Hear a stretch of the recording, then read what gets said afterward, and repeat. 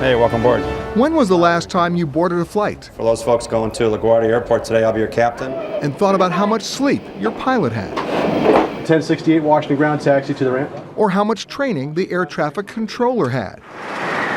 Or where the airplane got its last tune-up? This is going to have a broad base effect. Those are just some of the thoughts that keep one former safety investigator awake at night. I think right now aviation safety is average. It's got to have probably a C+ rating in my book, only because in some parts it excels, but in others it's in a D or even an F category. This is one report card where an F could mean fatal, as it did 1 year ago. Statistically, the United States is currently enjoying its safest era in aviation history. Over 26,000 flights take off and land without incident every day. The number of runway incursions involving commercial airliners has dropped by more than 63%. And last year's crash in Buffalo was the first fatal accident in more than 2 years. But here are some other numbers.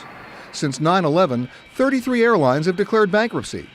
In the last 2 years, 8,500 pilots lost their jobs. Throw in soaring fuel costs and a global recession, and you've got an industry that's flying at margins. In 2009, this industry domestically lost between $3 and $5 billion. And these financially strapped carriers are slow to replace an aging fleet. Some are flying planes more than 15 years old. I think aviation safety is falling victim more and more to the almighty dollar. The problems are easy to identify, and there are a lot of them. Right now we have about 500 open recommendations to the FAA. 500? Yes. Debbie Hersman is the chairman of the National Transportation Safety Board.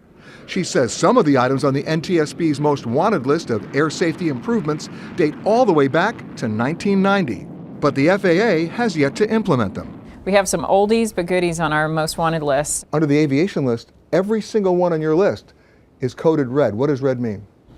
Red means that the progress that they're making is not satisfactory to us. Pilot fatigue is one of them. The NTSB says it's been a factor in at least 300 airline accident deaths over the last 16 years. Fatigue in the control tower is another concern. Even though airlines have cut flights by roughly 16%, there are also 1,000 fewer air traffic controllers than there were in 2002, the lowest level in 16 years. Our busiest facilities in the country are well below their comfort level. Paul Rinaldi is the president of the National Air Traffic Controllers Association. He says in an effort to manage the more than 5,000 flights in the skies at any one time, many air traffic trainees are learning on the job. So you got minor leaguers in the major leagues? Basically, the analogy we like to use, we're taking high school pitchers and putting them on Yankee Stadium to throw a no-hitter. And speaking of the minor leagues, a recent government study of 9 commercial airlines revealed that in 2007, of the roughly 1,200 major maintenance checks performed on planes, over 70% were outsourced, and more than 200 of them were done at foreign repair stations, like this one in El Salvador. I'm concerned about the future. That's why I'm here. And who's flying those planes? Pilots like Miracle on the Hudson First Officer Jeff Skiles. The people actually doing the maintenance are completely unlicensed. They hold no accreditation from the FAA. And perhaps worse, not enough federal inspectors to thoroughly and frequently check that work. We now have to move forward and say, what can we do for future families to prevent them from going through the tragedy we have?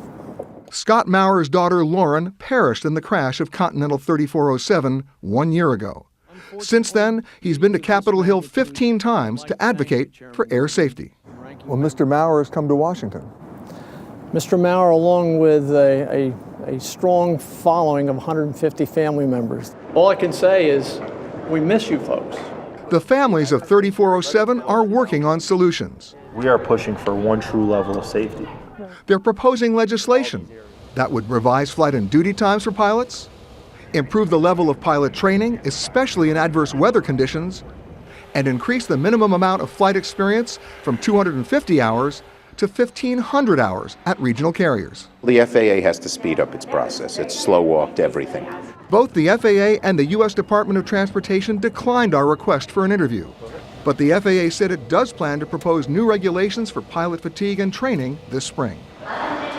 We also tried, unsuccessfully, to talk with the CEOs of 4 major legacy airlines. So who spoke for them? In the airline industry, safety is our highest priority. Their chief lobbyist, Air Transport Association President Jim May. Our guys can cut costs with the best of them. They have to learn how to do that to survive. But that isn't the case when it comes to safety and security. But historically, when the NTSB has made urgent recommendations, the airlines have often lobbied to block or delay them, claiming severe economic impact. In this accident, And Debbie Hersman worries that as the economy languishes, so will her wish list.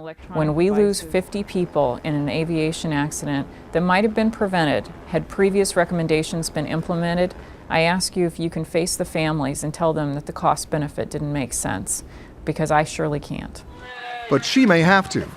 Hersman is frustrated that continued inaction will cost more lives. With somewhat of a tombstone mentality, we have to unfortunately kill more people in order to get our recommendations adopted, and that's a tragedy. Peter Greenberg, CBS News, New York.